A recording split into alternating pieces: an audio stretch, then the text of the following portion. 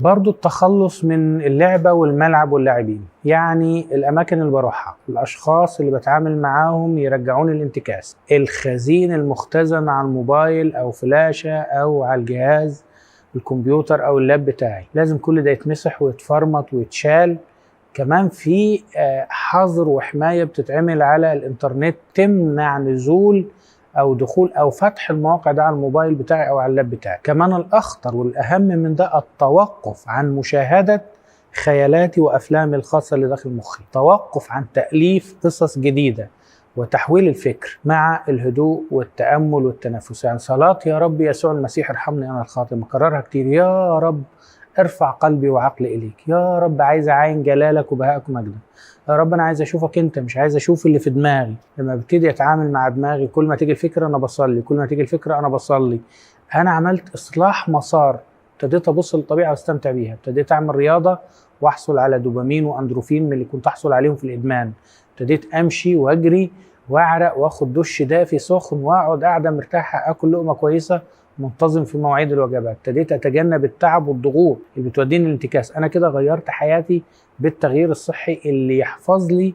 التعافي بتاعي ويحافظ عليا من العودة للانتكاس مرة تاني. مفيش مانع من تكوين علاقات داعمة، مجموعة صداقات حلوة تقدر تاخدني وتطلع بيا قدام. نحذر العزلة، لان وانا وحدي الطقوس نفسها بقفل الباب بقعد لوحدي، الافكار بتشتغل، بفتح الجهاز بنتكس مرة تاني. فضرورة الخروج والاختلاط الكثير بالمجتمع الصحي وعدم العزلة. لو في إيذاءات طفولة، في صدمات مختزنة، في إيذاءات جنسية تحتاج إلى جلسة مع مشير والتعامل مع يعني اضطراب ما بعد الصدمة والصدمات المختزنة دي عشان أعرف أسدد احتياجاتي وتعافى بشكل صحي. لما تيجي الرغبة الملحة ودماغي تشتغل أو دماغي تحضر عليا وتقول لي ارجع تاني مارس السلوك ده، هعمل ايه؟ محتاج تهدى، غمض عينيك، سيب المكان حالا، اطلع اتكلم مع حد، شارك صديق، ارفع دعاء وصلاة واتكلم مع ربنا، مارس اي عمل او نشاط يدوي، لان لو سبت الرغبة القهرية بتتصاعد لازم